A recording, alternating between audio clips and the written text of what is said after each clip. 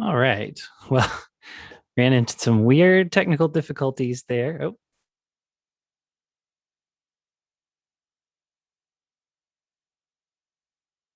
okay, there we go.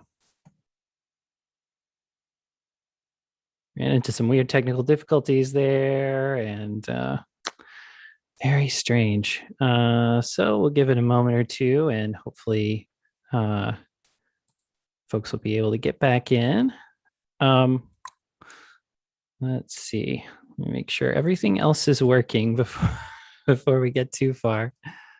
Uh, nope, does not seem to be.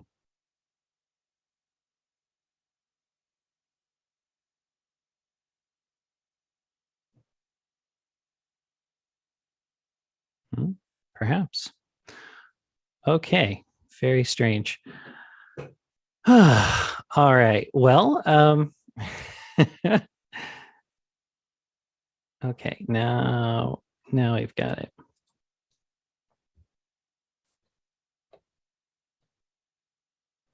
Okay, excellent. So sorry about that. That was weird. But I think we've got it all sorted now. So hey everybody, my name is Nathan Smith. I'm the digital programming coordinator here at the Central Arkansas Library System. Thanks so much for joining me for Microsoft Word Part 2, Styles, Mailings, and More. I'm glad you're here, and I hope you will get a lot out of the class. Before we get going, just the usual quick preliminary things to get out of the way here. First of all, of course, as always, I encourage you to take a look at the CALS website, head to cals.org, move your mouse over events, and click on find an event online in that menu. And that's going to show you a big old list of the things we've got going on coming up soon. Lots of cool things happening. So definitely make sure and check that out. Also, you can also the other thing that I always like to say at the beginning of class is if you if at any point you have questions, I want to encourage you to speak up and let me know. I'm never concerned if a question is kind of a silly one or sort of basic or certainly I don't ever want anybody to feel like, oh, I really should know this. That's not what we do. The point of a technology class is for you to learn something useful about technology. So if that's happening, then things are going great, even if we're not necessarily covering every possible item that I could check off on my outline. At the same time, if we are having class and you are not learning anything useful because you're confused about things that I'm saying, or you are something's unclear, or you're just distracted by some lingering questions in the back of your mind. In any of those situations, that's not such that's not such a good situation for a class. So if that's happening, please help me out. Help us get to a better situation by asking those questions when they crop up, and that way we can tackle them and make sure that you know exactly what's going on and you come away having learned a lot of really cool, useful stuff. Okay, so all that's out of the, well, so if you need to ask a question, if you're joining me in Zoom, click on the little speech bubble at the bottom of your Zoom window. If you're on a computer, if you're on a mobile device, tap the middle of the screen, tap more in the corner, and then tap on chat in the menu that pops up, and that'll get you to the chat in the app. If you are joining me on live stream, if you're on Facebook, then just use the comments like you normally would. And if you're joining me on YouTube, then use the live chat on the website. You'll find that out to the side of the video. And on mobile, you'll typically find it down below. You might have to tap on something to get the live chat to show up, depending on your settings. So, oh yeah, and if there are technical difficulties, more technical difficulties than what we had a moment ago, or smaller technical difficulties, hopefully we won't have any more. But if we do, please let me know. by any of those means as soon as possible. And that way I can make sure they get sorted out. Because sometimes, the microphone stops working, or there's a problem with, with my video or something like that. And I don't necessarily know right away. So definitely give me a shout in the appropriate chat or comment area if there are problems. All right, let's go ahead and dive in. So I guess one other thing to point out here, if you're welcome to to kind of just watch and absorb, and that's perfectly fine. That's a great way to interact with this class. If you want to follow along, though, there are example files for this session, unlike yesterday's session, which is more just kind of fiddling around to a certain extent. There's material to cover, but there aren't any example files because we can start from scratch with that. In this case, for some of these examples, you already need to have a document. So there are example documents at the link cals.click, as in click the mouse, /word to files. So I've dropped that into the Zoom chat and the comments and chat on Facebook and YouTube. So you can click on that and download those. It's a very small file. You'll just need to unzip it. And if you double click on it, it'll basically walk you through that process. So, all right, let's do this thing. So I've got Word open. Actually, give me just a moment. Let me adjust one other thing here, and I'll fire up the screen sharing, and we will get rolling.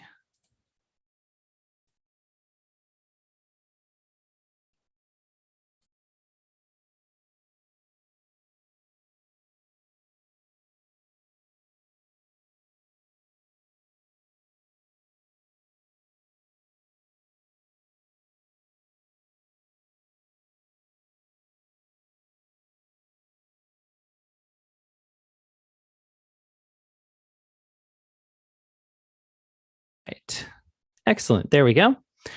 So let's go ahead and dive in. What I'm going to do is I'm going to go ahead and actually open up those one of those example files for us to start with. Let me actually show that on screen share as well.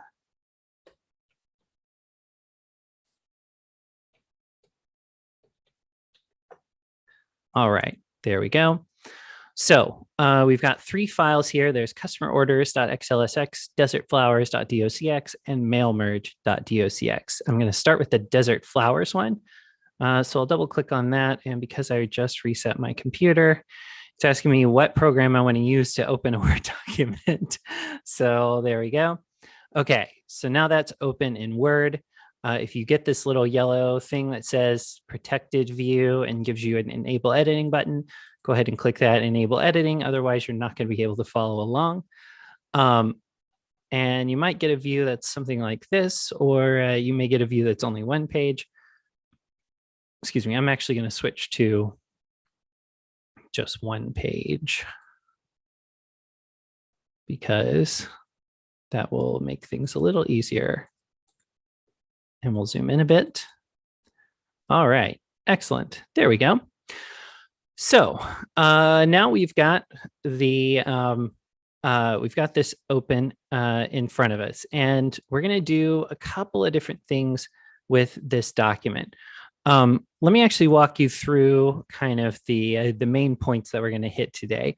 We're going to basically be talking about three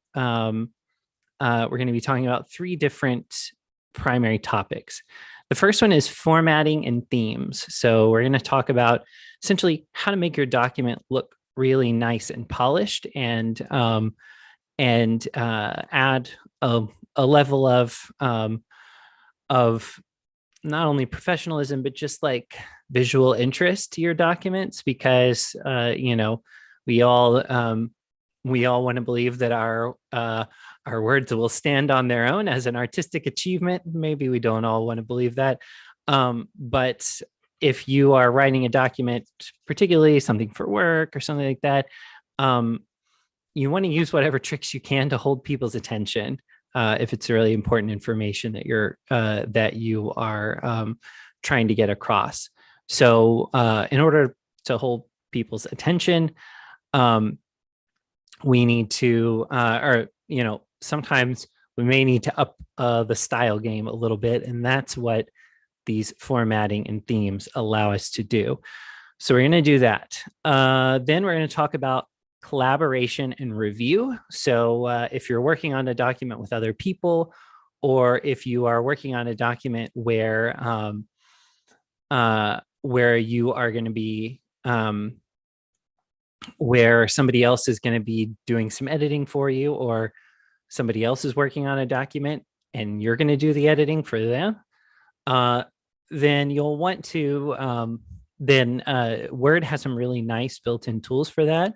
And so I'm going to show you those. And finally, mail merge. So mail merges are basically taking a document and adding in certain little cues for Word to go in and fill in information for each individual recipient of the letter. So if you're sending a letter to 100, prospective customers, then each of those letters is going to have their name and their address at the top, and it's going to be, it might have some details about, their business relationship with you, or whatever the case may be. Basically, it's going to be something that's personalized specifically for them, but you'll only have to write it and print it one time rather than rewriting it for each individual recipient. So extremely useful technique that we can use. All right, so let's start out with formatting and themes. So what we've got here, I'm going to go back to the Home tab up at the top, and what we're working with is the first chapter of this book, Flowers of the Southwest Deserts, which was put out by like the Park Service back in or Department of Interior or somebody back in the day, and talks about flowers of the Southwest deserts. And so this is a public domain book, so we're going to be using this as our example our example document for the first couple of sections of the class. So what we've got, if you scroll through this document, you'll see, okay, we've got the title up here, the author, the illustrator, and then down here it says how to use this booklet, and then we start into the actual text of the book. If we scroll down a little further, there are other sections. Plant names, be serious about plant names, but not too serious. The desert, what and where is it? And so on and so forth. So we've got a bunch of sections that we can, where the author has gone to some lengths to sort of say, okay, this is a section, this is a section, this is a section. And we want to make sure that they are, and basically we want to, one of the first things we want to do here is we want to set those sections apart visually to a certain extent. Otherwise, particularly if you're scrolling through pretty quickly, you're going to kind of miss those headings. I just missed a heading up there just by scrolling down. I knew it was there because I'm familiar with this document at this point, but if you didn't know it was there, then you might not have that particular little signpost as to where you are in the document. And that's because this is in the exact same font and size and layout as the rest of the text of my document. So if I make some changes to it, I can set that apart visually, and that will make it easier for my reader to see what's going on in the document, and be able to get around, find the information they need, et cetera, et cetera, et cetera. So what I can do is, what I can do here is I can go ahead and, well, I'm in front of one or of a section header right now. I can come over here. Okay. See, these are the kinds of technical difficulties that I need people to make me aware of. All right. Well, just a moment.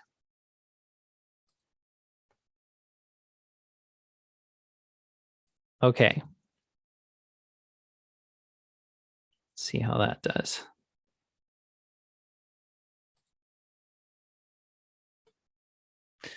Cool. Okay.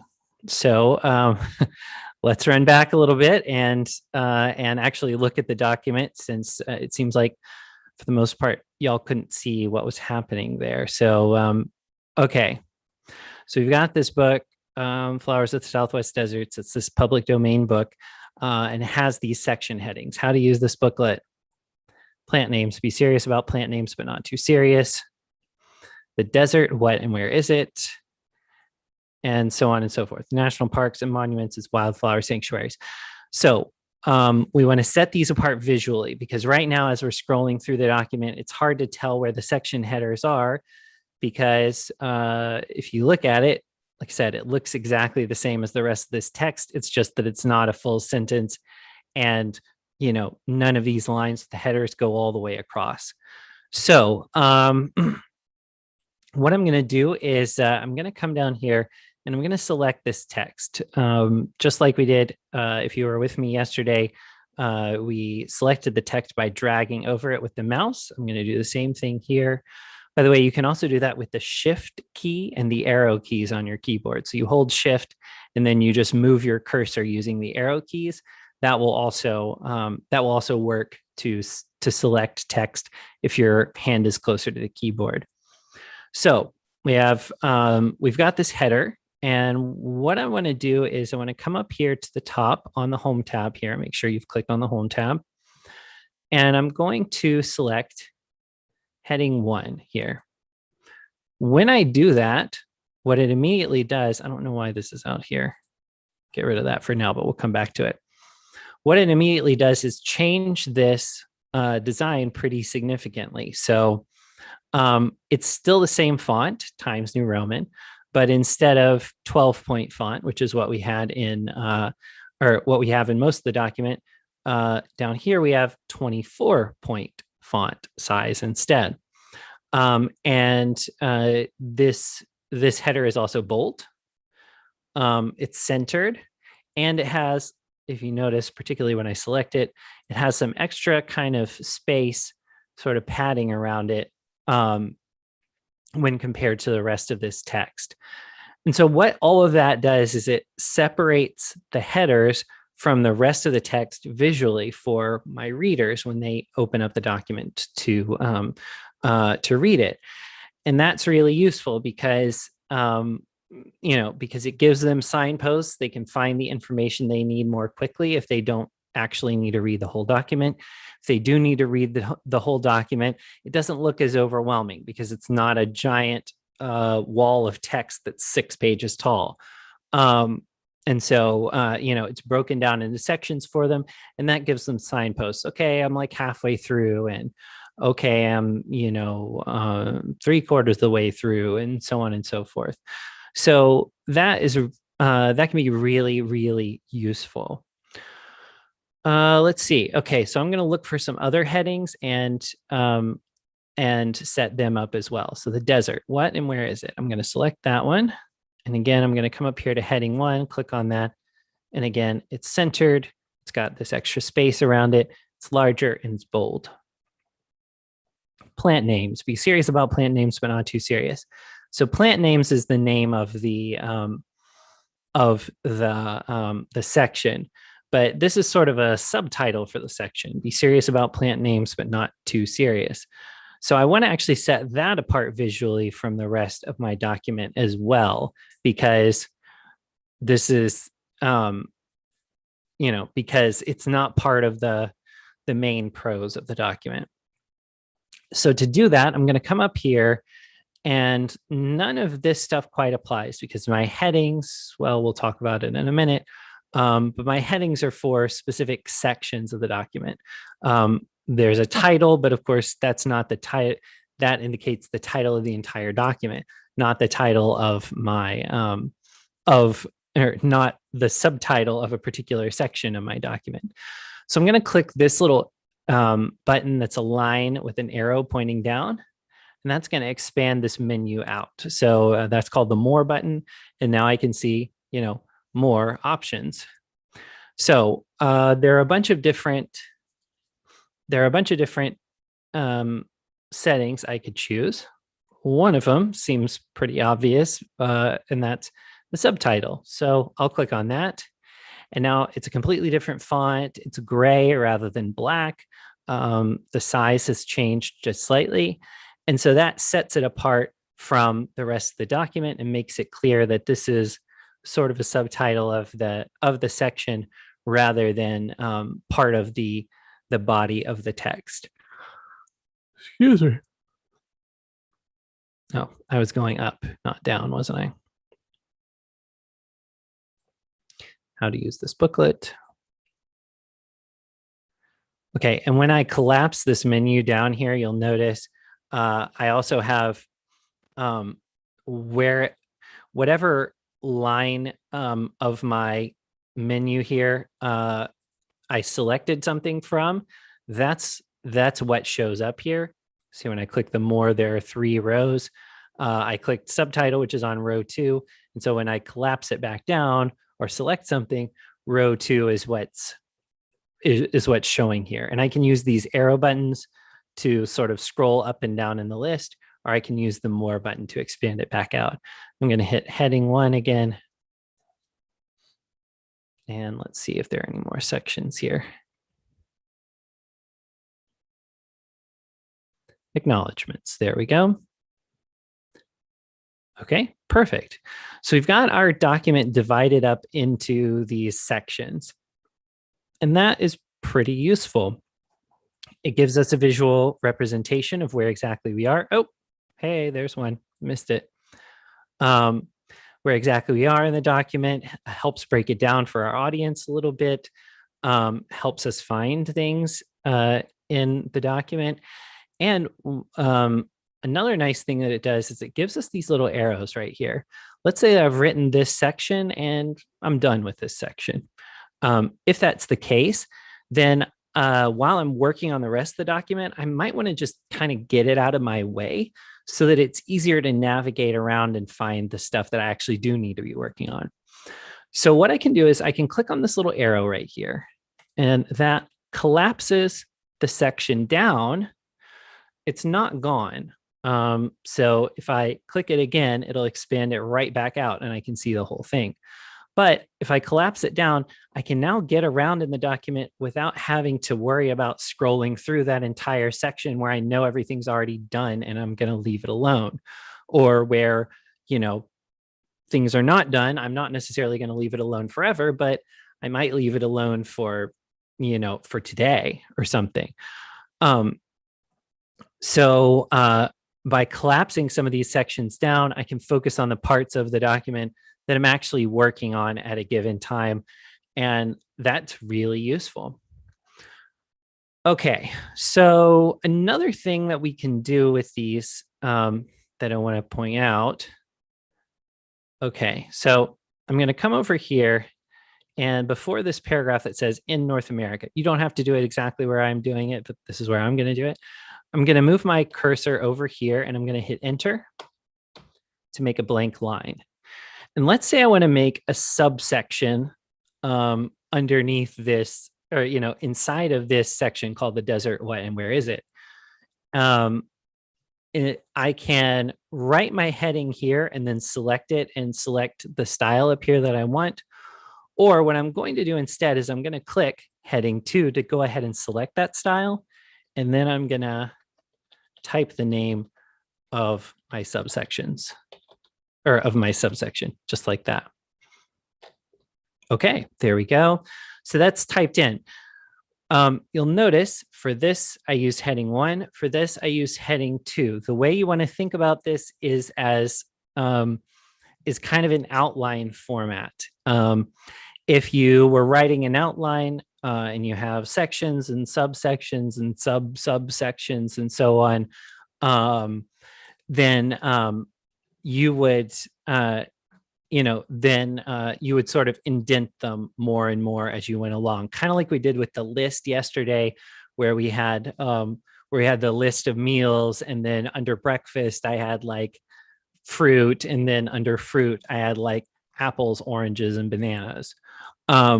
So in the same way, if you're breaking your document down into more into smaller sections like that, in kind of an outline form, you want to use these in order, basically. So heading 1 is going to be the largest sections of your book. Imagine you were writing if you were writing a full book or even just a regular document. If you were writing a full book, then heading 1 is like the chapter names. And then heading 2 would be the sections inside of the chapters. And then like heading 3 would be sort of the various subsections of those sections, and so on and so forth, all the way down to heading 6, which is going to be the section, subsection, subsection, subsection, sub. Anyway, you get the idea. So we can do this by thinking about our document in outline form. But hey, turns out we can also see the document in outline form. What I'm going to do is come up here where it says find, and I'm just going to click on that. And what that does is it slides out the navigation pane over here on the left-hand side. Let's see. Oh, hang on just a sec. There we go. Okay. So it slides out the little navigation pane on the left-hand side here. And we have, we've got our, and we have these tabs up at the top. There's results, pages, and headings. So pages is obvious. That's sort of like the page sorter. If you wanted to go quickly to a specific page, you could just click on it over here. And it gives you a little preview of what's on each page. Under headings here, we actually have essentially our outline format, like I was talking about. How to use this booklet, plant names, the desert, what and where is it? And then indented underneath that, a list of deserts. It's set up that way because I use the headings in the right way. If you kind of are a little loosey-goosey about the way you use the headings, if you're like, this feels more like a heading 2, or this feels more like a heading 5 or something, or like that's too big or whatever, then you're going to run into problems because Word is not going to be able to understand the structure of your document very well. But if you use it consistently and you work from essentially 1 down, then Word is going to be able to understand the structure of your document, and you're able to click any of these sections and go straight to it. And that's really cool. Your readers can do that if you're giving them the Word document. And you can even insert like a table of contents. We're not really going to get into that. But you can insert very easily a little table of contents that will allow your audience to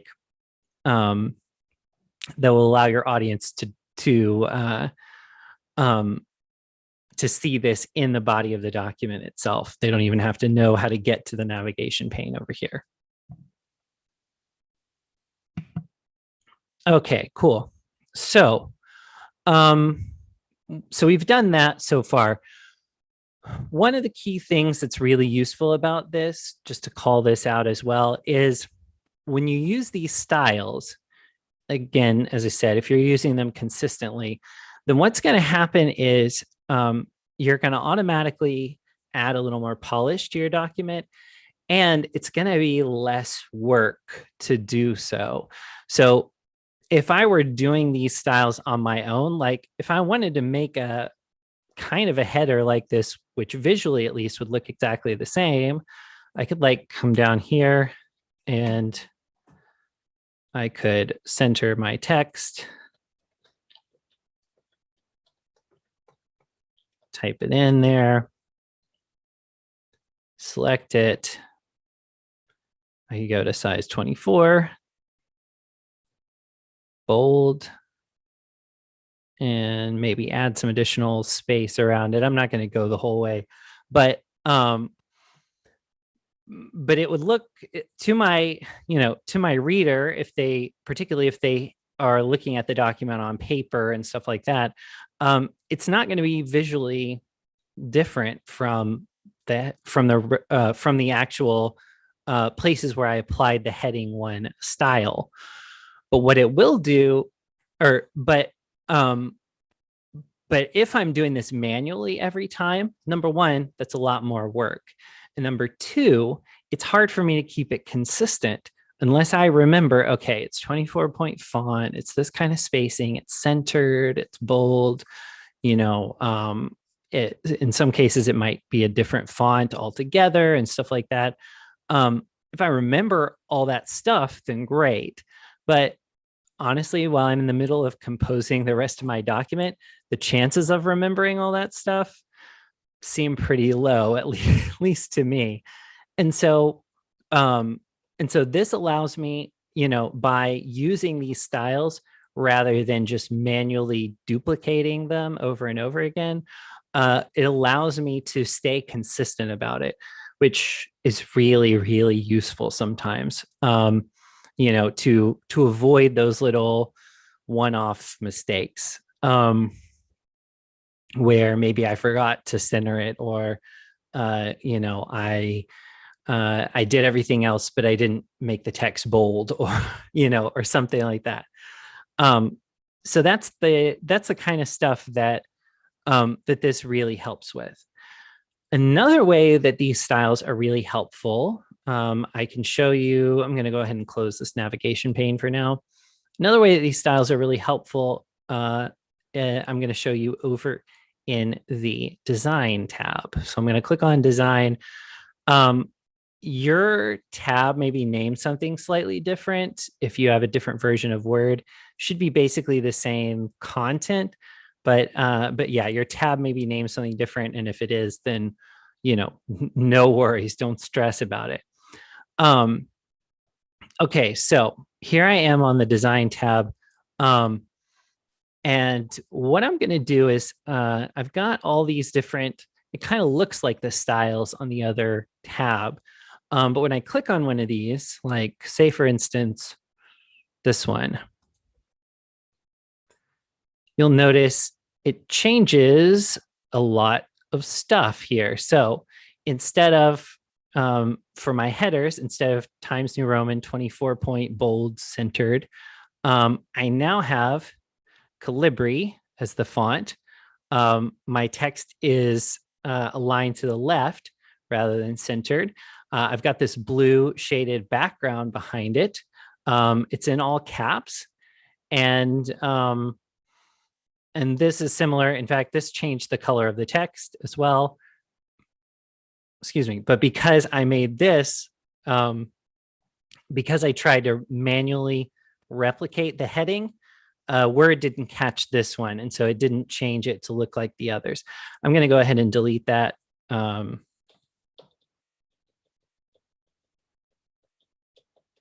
That's another reason to be consistent about actually using the styles rather than just trying to make it look like the styles.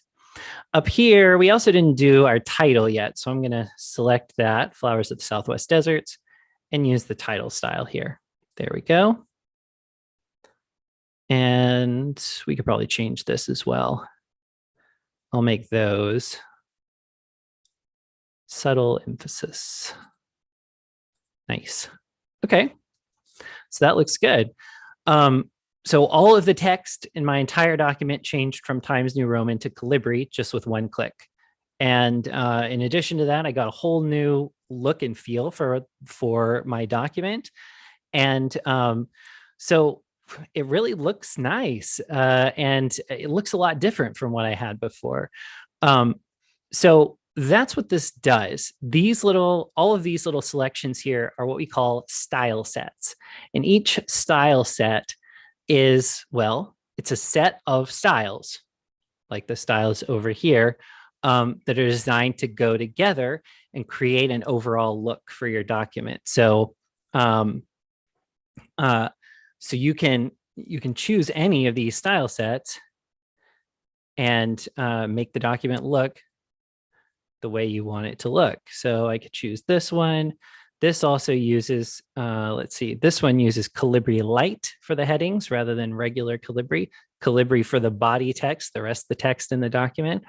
And rather than the blue shaded, I now get, and the all caps and stuff, I now get an orange underline underneath my headings. That's kind of cool. And I get orange text under the subhead or for the subheadings there. So, you know, again, just by clicking one button, I can make a whole bunch of tweaks to my document and make it look exactly the way I want it to look.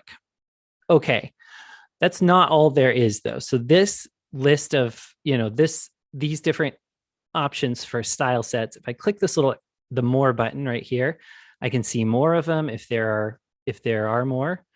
You know, if I change my styles, I have reset to the default style set. Let's actually play with that really quick. So I'm going to go back to the home tab for a second. And I've got this pre-made style set. Let's see what it was called. This one is called Lines Stylish. So I've got this pre-made style set right here.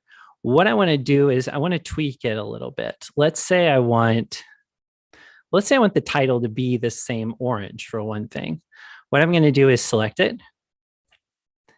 And then I'm going to come up here, click the drop-down arrow next to the A, just like we did yesterday. And under this, there are theme colors. So these are the colors that are built into the theme that I'm currently using. We'll talk about themes in a minute, but they are a very related topic here. I'm going to choose the orange accent color. And there we go. Now our title is in orange. But if you look up here, the title style hasn't changed. So if I wanted to have different titles in different places or things like that, I need to actually tweak this a little bit. So what I'm going to do is come up here where it says title, right click there, and I'll click on, actually, I might have to have the text selected to do this. I'll right click and click update title to match selection. When I do that, the title style changes. So anywhere else that I use the title style, the text will now be orange rather than black. And you can actually see that reflected here in the preview of the style up at the top. Similarly with this, let's say I want to change this, the headings, heading 1. Let's say that I want to change that to be a different color as well. This time, rather than changing the text itself, I'm going to right click on the heading 1 style, and I'm going to click modify. This is another way to do it. So right now, if I look through this, so Calibri Light is the heading font, 20 point is the size. It's not bold, italic, or underlined. And there's a little font color drop down here. And I can come through, let's say I want to make these, let's say I want to make blue. I'll click on this blue and then click OK. When I do that, every single heading 1 throughout the entire document has changed to be blue without me doing anything else. You could even kind of combine those, like, let's say I decide, maybe not blue, let's make it green. I'll go up here, change this to green. And then again, right click, update heading 1 to match style. And now the rest of them are green. So I've changed my style set. I've changed the color of the title. I've changed the color of heading 1. And so now it's a slightly different set of styles. If I go back to the design tab, if you look over here, there's this document's style set. So that is, that's showing up over here. I could even click on the more button if I want and click save as a new style set. So I can give it a name and then I can get this style set back later on if I want to. So that's really cool. I can make, if I'm creating documents for work, I could make, I could create something that uses the brand colors and things like that, and the specific fonts that we use for a lot of our external communications. But to do some of that, I'll actually need to change something further. I'll need to deal with themes. So over here on the left, you'll see there's a themes button. If I click on this, and I've got a bunch of themes that I can choose from. And I'll show you what the themes consist of here in a minute. I'm going to choose this damask theme for right now. So I'll click on that. And when I do, you'll notice a lot changes here. So for one, I've got Bookman Old Style as the font for my headers, Rockwell as the font for my bodies. I've got various color changes here. And again, it gives a whole different feel to my document. Now, if I went, I could go back to design. I could change, if I want something similar to that second style set, I could choose this one, shaded, which will give me the boxes, the left aligned headings in all caps and so on.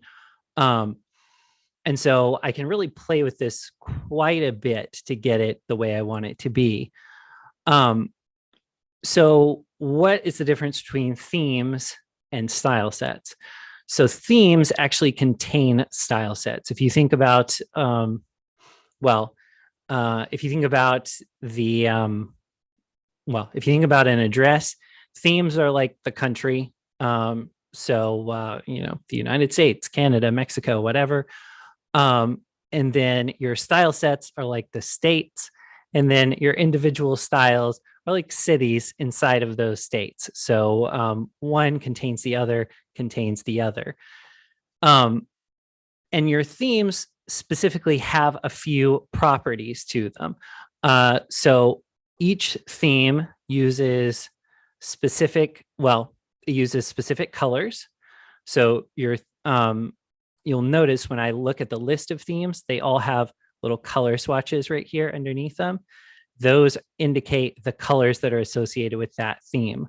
So in this case, I've got this green, this kind of turquoise, a darker blue, purple, red, and orange, like this. Up here, this gallery theme has red, kind of a magenta, purple, a couple of darker colors, and then kind of a blue-gray here. So each theme has a color scheme associated with it, or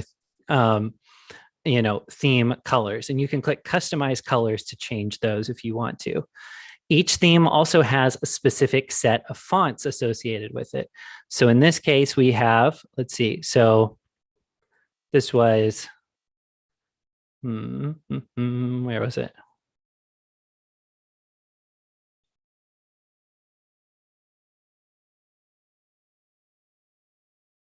I don't see the set in here, although I'm sure that it's here and I'm just missing it. But anyway, the fonts that are associated with this theme are your Rockwell for the body and your Rockwell for almost all of this, it looks like. Bookman Old Style for headings. So those are the fonts that are associated with this theme. Basically, your font sets are going to be one font for headers, one font for body text. Paragraph spacing can also be associated with a theme.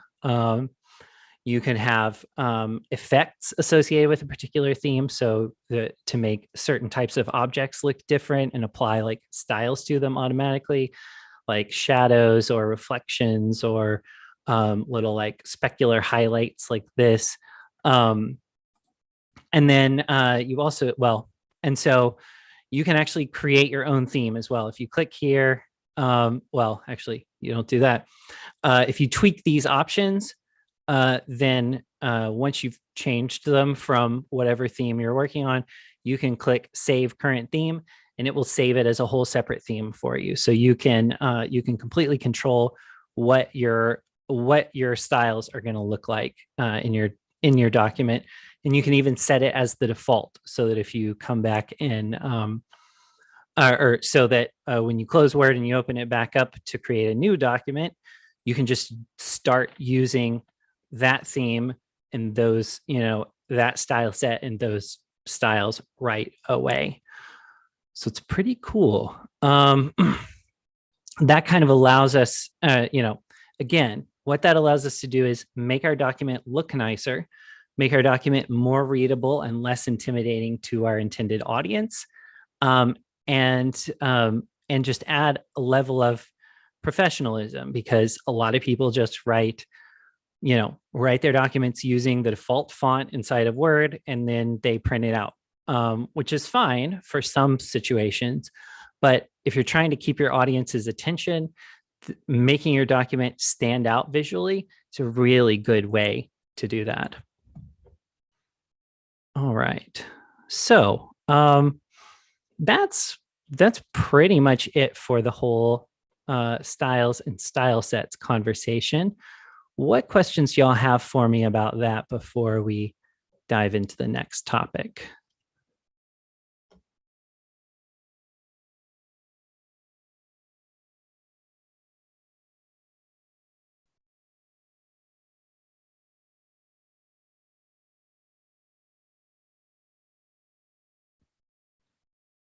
All right. Excellent. Well, if you do have something, just let me know in the chat or comments, or let me know, just let me know at any point. I'm not worried about interruptions, so just let me know.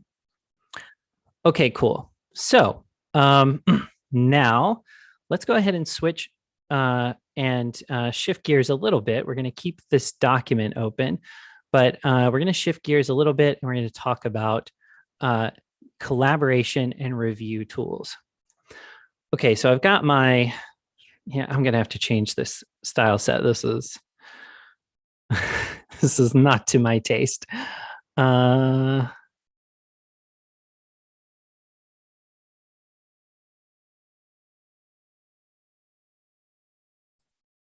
Okay, that's a little nicer. There we go. Okay, that's good. That's better. All right. So let's move on and talk about collaboration and review tools. So most of this stuff is going to be found here on the review tab. And basically, we're looking at two different types of scenarios here. One of those is that you would use this stuff for. One of those is you're writing a document in collaboration with someone else. So maybe you write the first draft, and then they give you some feedback, and then you come back with, the second draft or whatever. Or they, you write a draft, and then they write a draft based on yours, and you go back and forth like that. The other situation is where you might be editing for someone, or someone else might be editing for you. And you can use these tools to do that stuff really effectively. I've definitely been in a nightmare scenario where I wrote a document, I emailed it to someone, and then when they want to give me feedback about something, they have to say, well, okay, in the third paragraph down where there's a sentence that starts with these words, what if we said this instead? Or, 5 paragraphs down, the third sentence, you missed a comma, or something like that. And that is a real time waster. And it's just frustrating. Like that's not a good way to give editorial feedback. And honestly, like if you just think about English class, hopefully I'm not bringing up anything too traumatic for people, but that's why teachers have red pens, because they don't want to have to explain, like, okay, well, here you could, here's how to find this thing that I'm talking about, and here's what you should do about it. So let's take a look at some of these tools. So here on the review tab, there's a bunch of other stuff that's useful here, by the way. There's the editor, which in older versions of Word is the spell check or the spelling and grammar check, which is hit or miss because computers' native language is binary, not English. And so you may get some mixed results there, but it definitely helps every now and then to be like, to look at a sentence and be like, well, is that right? And certainly it helps with spelling. You've got the thesaurus in case you run out of, or, in case you're reusing a word over and over again, or you can't think of another way to say something. And you've got the word count tool. If you click on that, it gives you a bunch of different stats about your document, how many pages there are, how many words, how many characters, not including spaces, how many characters, including spaces, the number of paragraphs, and the number of lines in your text. So, so that can help you if you have a specific word count you're needing to hit or stay below, or if you are just trying to keep it from going on too long and maybe cut some things down. Those sorts of tools can really help you with that.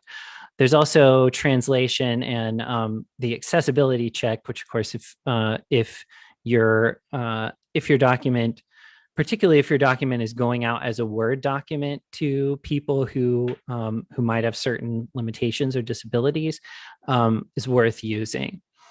The automatic translation is, again, is done by a machine.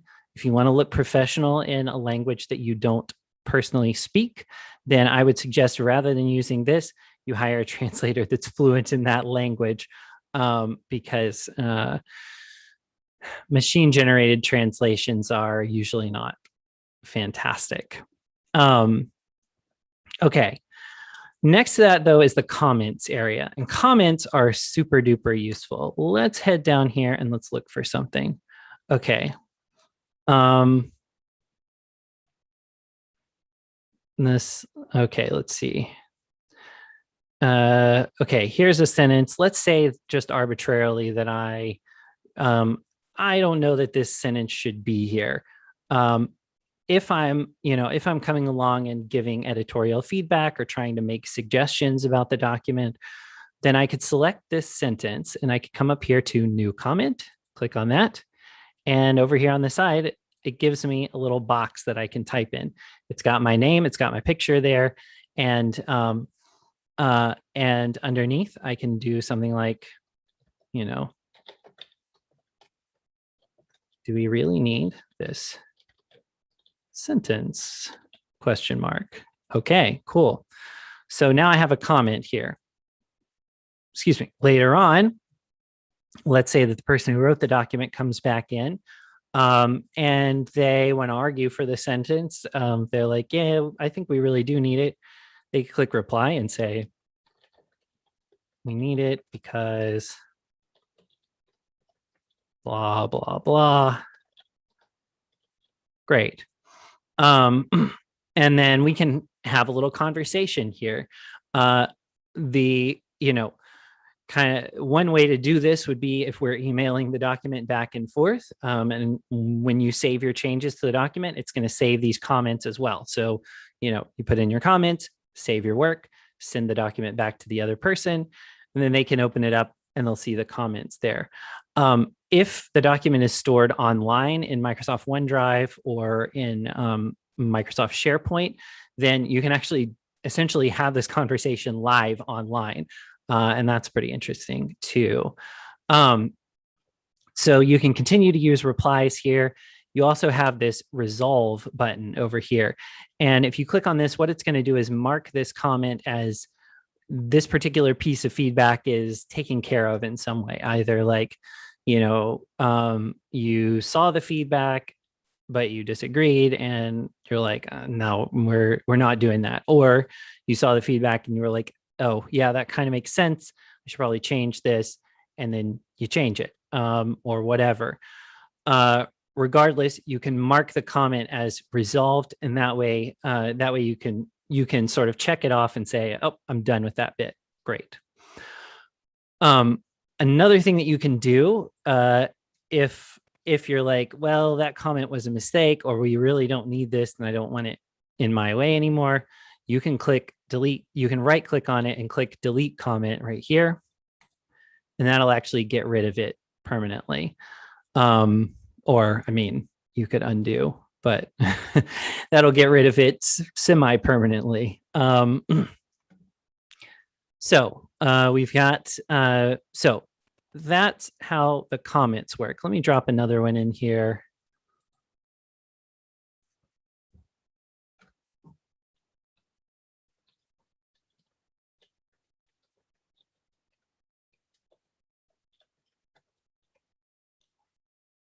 And let's see, we'll put one more towards the end.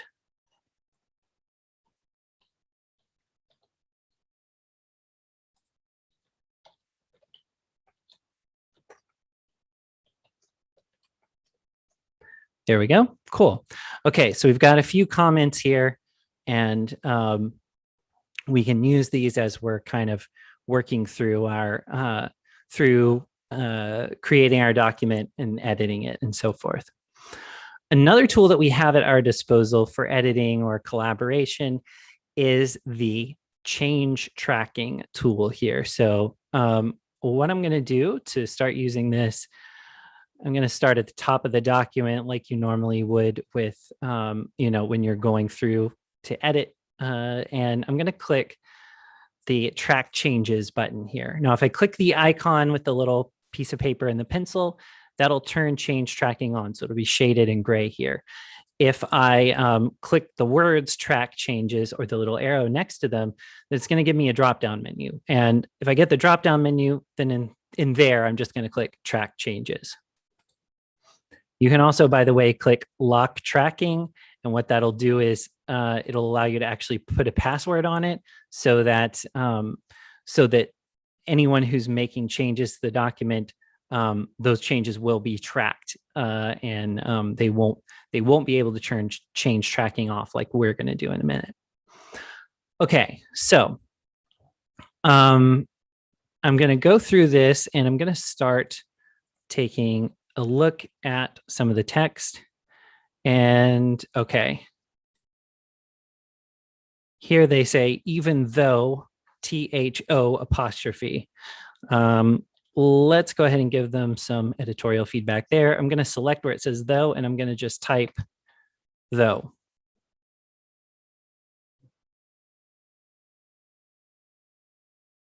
And let's see. I'm going to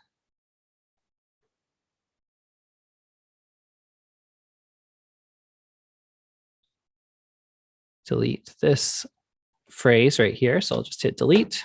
There it goes. And let's see, let's add a desert.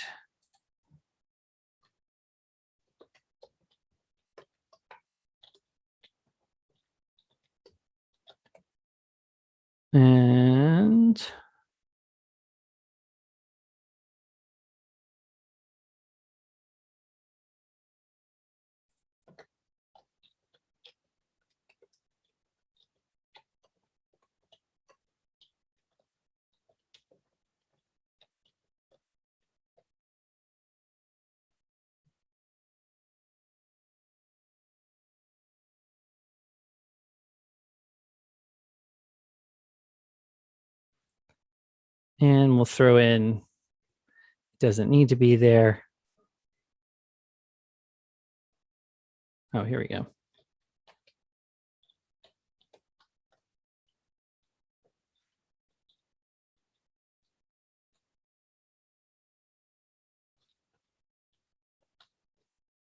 It's probably not exactly the way this sentence should be formed, but it does not matter. Okay, cool. So we made a bunch of changes here to our document. And you probably noticed as I was working, this little red line came up next to each of those changes. And that just notes when track changes is turned on, this little line just notes this is a place where the document's been changed in some way. There's a drop-down box up here that says simple markup. if I either click on that and change it to all markup, or I come over here and click on one of these red lines, what it's going to do is show me the exact changes that were made in the document. So,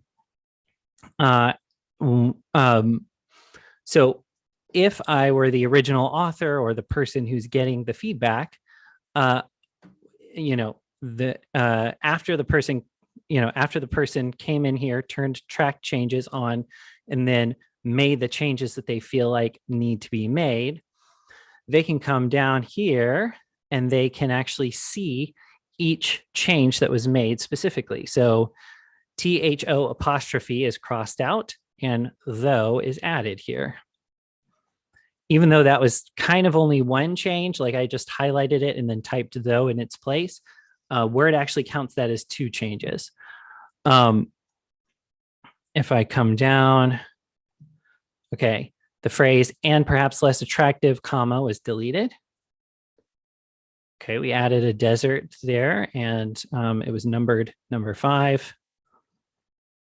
And this is an extra sentence for no reason, and so on. So they can kind of scroll through and see what the changes were that were made, or they can place their cursor near the beginning of the document, and they can just click next up here at the top in this changes section of the review tab. So the first change that we see is the deletion of THO apostrophe. I'll accept that one by clicking accept right there. And then the addition of the word though spelled out, I'll accept that change as well. Down here, so what it's pointing me to is the comment here. If I'm done with the comment, then probably the best way to go at this point, it's already marked as complete. So I'm not actually sure why it's bringing me to this one. I'll just go ahead and delete it. And then I'll hit next again. Okay, the deletion of this phrase "and perhaps less attractive." Let's say I don't want that. I can click, I can click reject up here, and then I will click on, or I can right click on it and click reject deletion. There we go. And next again, we've got enthusiasts. I'll just resolve that and see if that works. Next. Resolving it doesn't work. You do have to delete it, it seems like. That's cool. Next is this one. Adding the item, we'll click accept, and it did all of that for us, just accepted all of it straight away. Here's the sentence for no reason. And let's reject that one. And then here's my M dashes, accept, accept, accept, accept. Next, and finally, there's my last comment there. If I'm done with that, right click, delete comment. Okay, cool, we did it. So now we have a, now we've got all of we've got our document completely combed through. There aren't any comments or track changes in your document. Okay, great.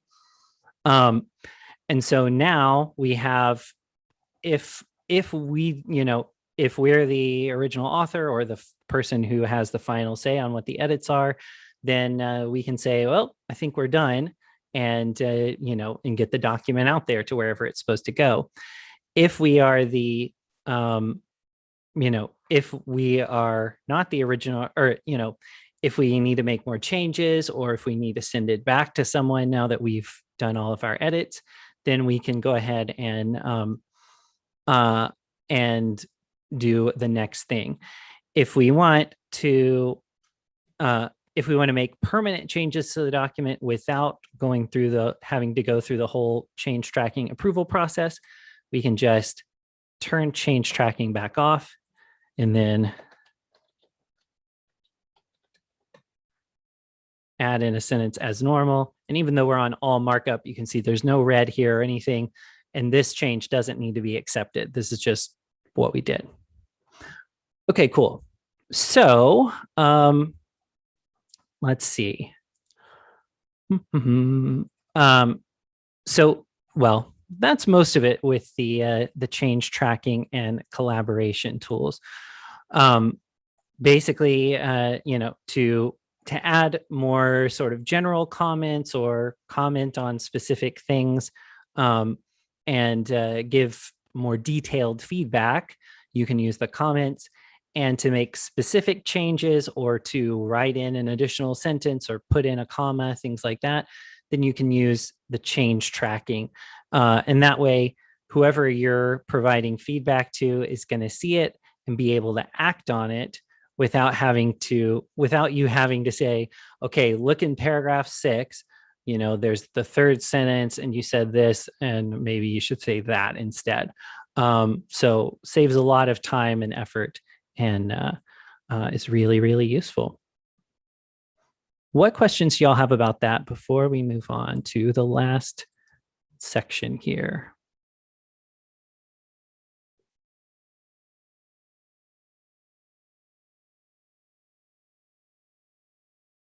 All right. Don't see anything. So if you think of something later on, just let me know. Okay, let's go ahead and switch over to the last example. What I'm going to do is, let's see. There we go. All right.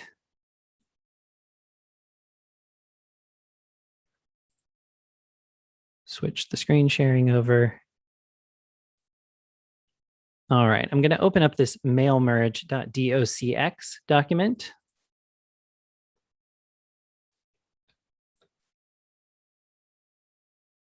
In the example files and switch over to that.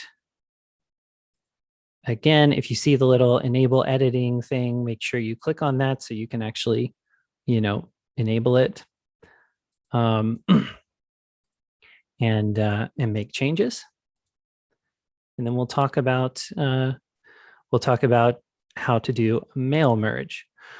Okay, so here's how the mail merges work. Basically, the idea behind a mail merge is you've got a bunch of recipients for a particular document, but they all need a customized version. One situation, that I mentioned at the beginning of class is something like, for instance, something like a letter to prospective customers or something like that, or even current customers, which is what we're actually going to deal with in the example. Other things, if you were in charge of putting on a conference and you needed to tell people like, okay, what's your room number in the hotel? And like, these are the panels that you signed up for and stuff like that. All of that stuff you could do with mail merges as well. So it's a pretty useful, versatile kind of situation. And you can even, although I really don't recommend this, you can even use it for email. We'll talk about why I don't recommend that in a sec, but technically you can. Okay, so here's the example that we're working with. So this is a letter to customers. For the purpose of this example, we're going to pretend that it's still 2020 because that's the date that we have here at the top of the letter. And that's the date that's in our source data, which we'll talk about a little bit, here in just a couple minutes. So the letter is, we're glad you become a customer with us this year, basically giving them a little promotional coupon code for the website so that they can place another order. And then at some point down here, it just becomes some text from War of the Worlds by H.G. Wells to make the letter look longer. And then down here at the bottom, we have sincerely, Jojo, your Splat Inc. sales associate. Jojo isn't one of our real sales associates in this example. So we're going to replace that as well. Okay, so let's do this. I'm going to click the mailings tab up here at the top. Again, the tab that you have might be something slightly different, but it's going to have something to do with mail or mail merge or something like that. And here on this, in this tab, we've got mostly grayed out options, but we do have start mail merge here. Technically, we don't have to click this one because when you open it up, you'll notice letters is already selected. It's kind of shaded in there. And that's what we're going to be mail merging this time. You also have email messages, envelopes, labels, and directory. So if you do this with email, it's got a bunch of really annoying restrictions on it, which is why I don't really recommend doing it. One of the annoying restrictions is that you have to use the Microsoft Outlook desktop program. So you have to actually open the Outlook program and sign the program into your email account if you don't already use it for your email. And that's the only way you can send out these mail merged emails. The other annoying thing about it is that honestly, it takes a really long time. And I found that even though my computer is pretty powerful, it slowed my computer down for a while when I tried to do that for a bunch of people, because it's literally using the program to send out each copy of the email individually. And so it just takes a long time. So I don't recommend using this for email. I recommend using some sort of mass email service like MailChimp or something like that instead. But for letters and anything that's going to be printed, it's pretty great. Okay, let's make it happen. So if you want to use one of these other options, though, other than letters, you would need to click it in this menu. Next thing you'll do is click Select Recipients. And then we're going to use an existing list. Now, you can type a new list of people if you want, or copy and paste it from somewhere. But we already have a file that we're going to use. So I'm going to click Use Existing List. You can also choose from your Outlook contacts. Again, if you use the Outlook program to manage your contacts, which very few people do. So I've got it open now, and it drops me into this folder called My Data Sources, which has a couple of little shortcuts you can use to connect online databases to for your mail merge. But that's not what we're going to do. We're going to stick with our example files. So I'm going to go to my Word Part 2 folder with the example files, and I'm going to choose customerorders.xlsx. Double click on that, or click OK, or select, or whatever. And then I'm going to choose where it says order list $. There's an extra sheet that's hidden in this Excel file. That's what's showing up here. And then down here is order list. And then you can also like filter it down, but we're not going to do that at this point. And we do want to leave the box checked that says first row of data contains column headers, and I'll click OK. Let me actually open up that file just so you can see what's in there. I'm going to open up a little Excel window and show you.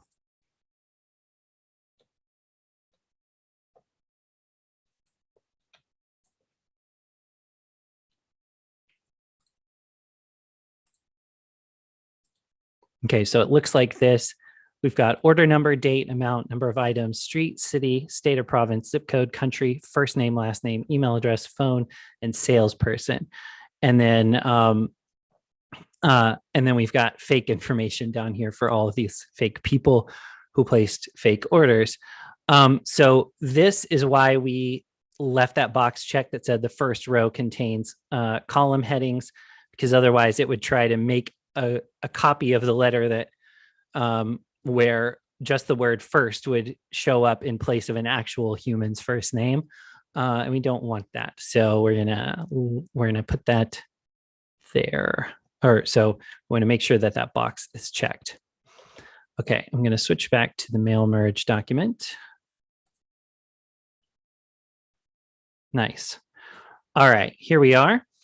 So first thing that we want to do is we have this address area up at the top. What I'm going to do is I'm going to just press delete on my keyboard a bunch to get rid of this sort of placeholder address.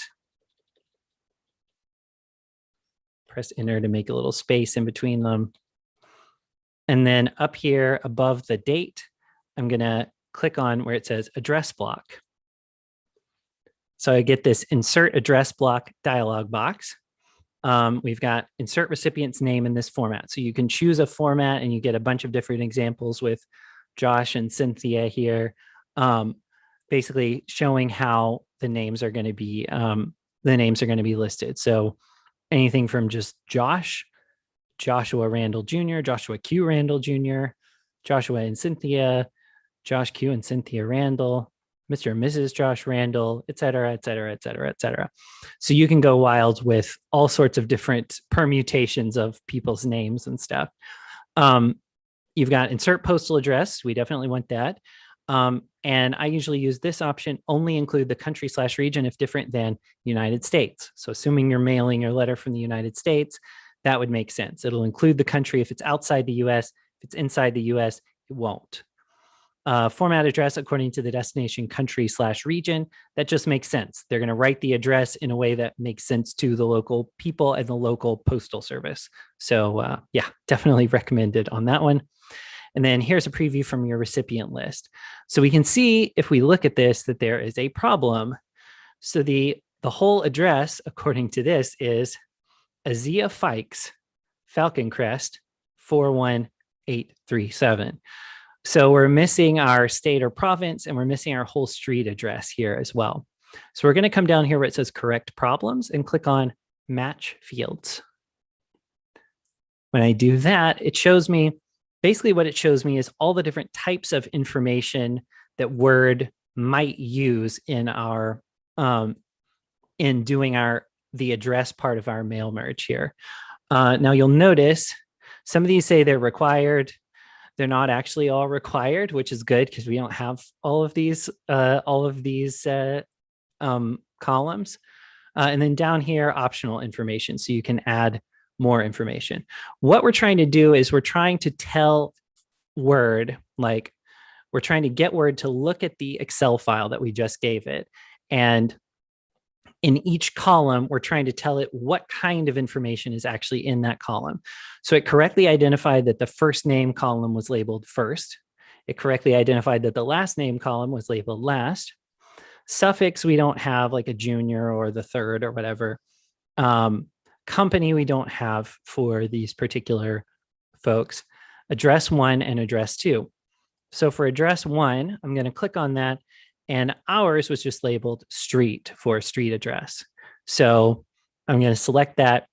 And then it'll look in the column that's labeled street in my spreadsheet for the street address information.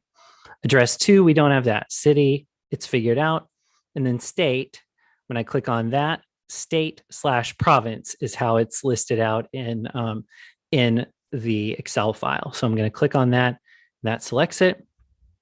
And then we could go down and pick, some of these other things if we had that information and wanted to. We don't have any of this stuff except for what's already matched there, the phone number and the email address.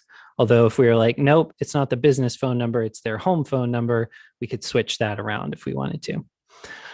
Also, if you were going to use this spreadsheet or a spreadsheet in this same format regularly, you could check the box that says, remember this matching for this set of data sources on this computer. But I'm not going to do that because when I teach this class again, I need to show them this example. So that might be something that you would want to do in a real life mail merge. I'll click OK. And now if I look at it, it looks right. Azia Fikes, 3511 Old Ramp, Falcon Crest, Kentucky, 41837. I'll click OK. And then you'll see what's called the merge tag right here, or merge field, which is double angle brackets on each side and then address block inside of that. So what that tells you is is that Word is going to go in and it's going to merge that address information into your document to make a personalized version for each recipient. Okay, so we'll leave this date as is. Then we've got Dear Customer. So Dear Customer, that's pretty impersonal. What I want to do is change that to be Dear and then the person's name. Makes sense, right?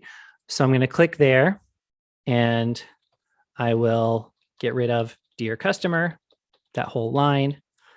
And then I'm going to go up here and click on greeting line. So in the greeting line dialog, insert greeting line dialog box, I've got Dear Joshua Randall Jr., comma.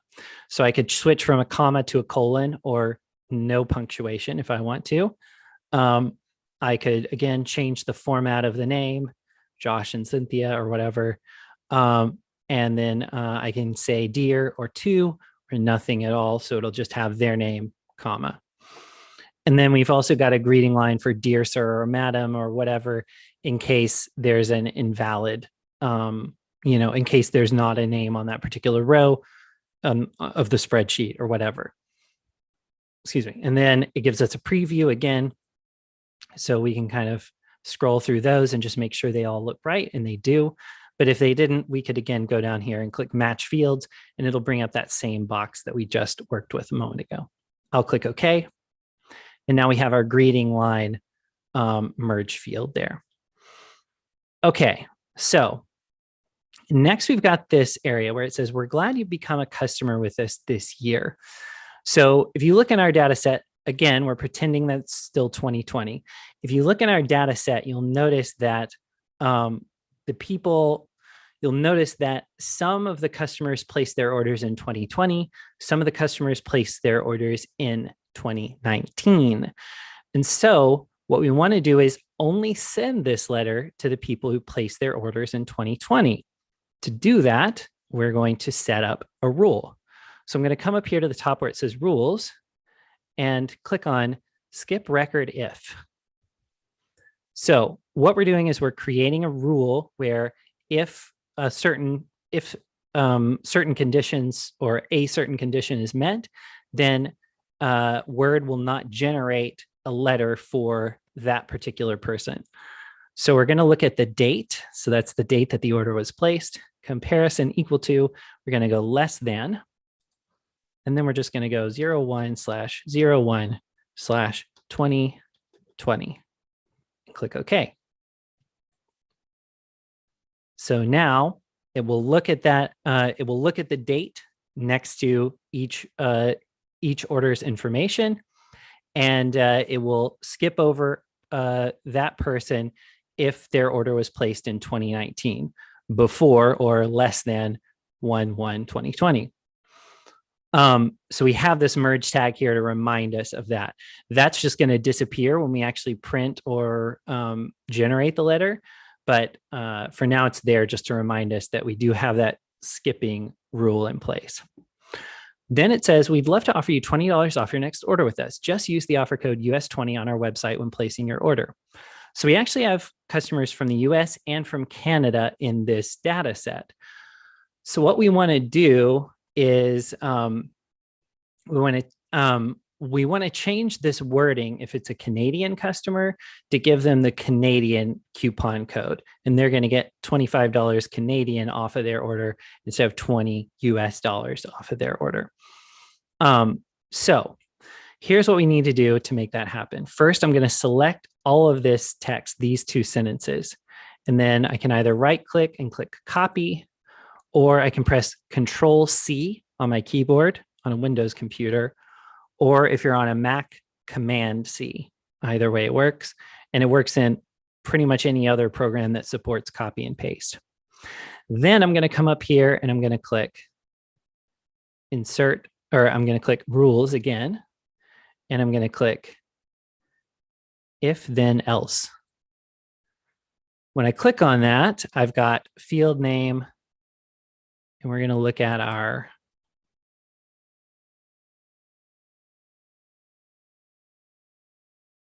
country right here. And then it's equal to US. And make sure you type US in, in capitals with no periods, because that's how I wrote it in the over in the spreadsheet. Okay, so if the country field or column for the particular person that we're working with is US, then we're going to insert a certain text, and that's the text that we just copied a second ago. Unfortunately, we can't right click in this box to paste. So we'll need to use the keyboard shortcut this time. On Windows, it's Control V. So you hold down the Control key in the corner of your keyboard and press V as in Victor, and that will paste it in. And again, that works in almost any program that supports copy and paste. On a Mac, it's Command V. So Control V. Looks good. Okay, down here it says otherwise insert this text. So again, I'm going to go Control V, and I'm going to change this to, we'd love to offer you $25 off your next order with us. Just use the offer code CA25 on our website when placing your order. So this would be more difficult to do if we had customers from a lot of different countries, but because we just have US and Canada customers, we can do it this way. If it's US, then we give them the US phrasing right here. If it's not US, then we give them the Canada phrasing down here. I'll click OK. And then it's just going to replace the original text with the same text. But if I click on it, you'll notice it's shaded in gray like this. I didn't have to drag or anything in order to make that happen. And that tells me that this is actually going to change depending on the situation. Okay, so last merge field that we need to put in here says sincerely Jojo. That should be replaced with the name of the actual salesperson that they dealt with. And so I've selected the text. I'm going to hit backspace here to delete it. And then I'm just going to click Insert Merge Field up here at the top. If I click on the text, then it gives me a drop-down menu, and I can just select it from here. If I click on the picture, the little icon there, then it's going to give me this Insert Merge Field dialog box. And either way, I'm going to click on Salesperson, and in the dialog box here, I'll also need to click Insert. And then I'll close, and there we go. Okay, so we've got our merged version of our letter. Let's take a look at it. So what we can do is come up here to the top and click on Preview Results. And there we go. Addie Driggs, 522 Foggy Lagoon Square, Hamsville, Montana, 59429. Dear Addie Driggs, we're glad you become a customer with us. $20 off. Yep, she's in the US, so that makes sense. And then Flannery was her salesperson. So all that's looking good. Let's see if we can find a Canadian customer. Nevada, $20.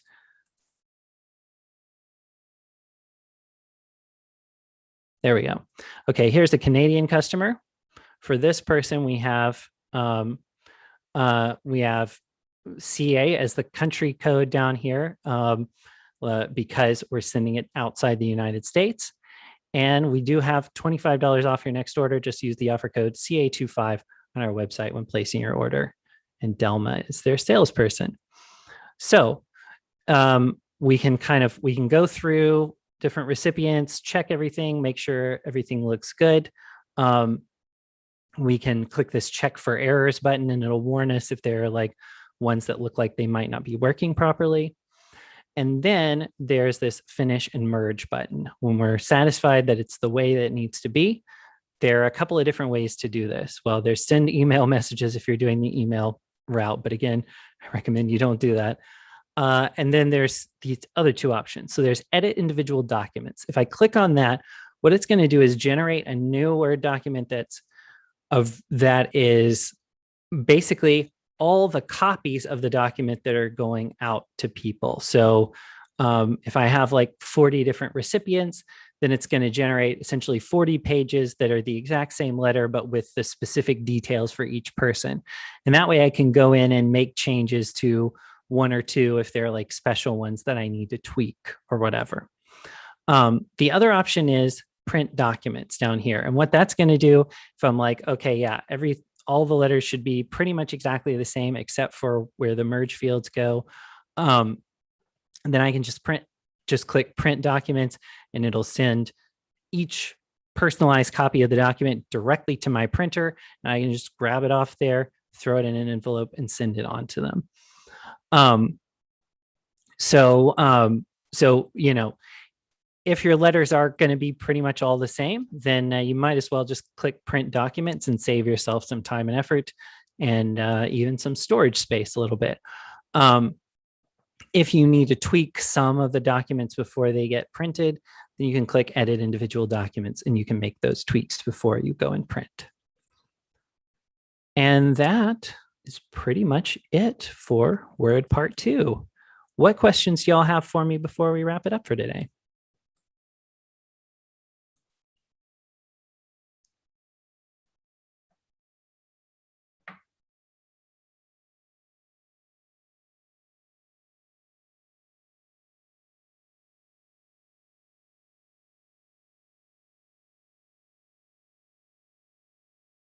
All right.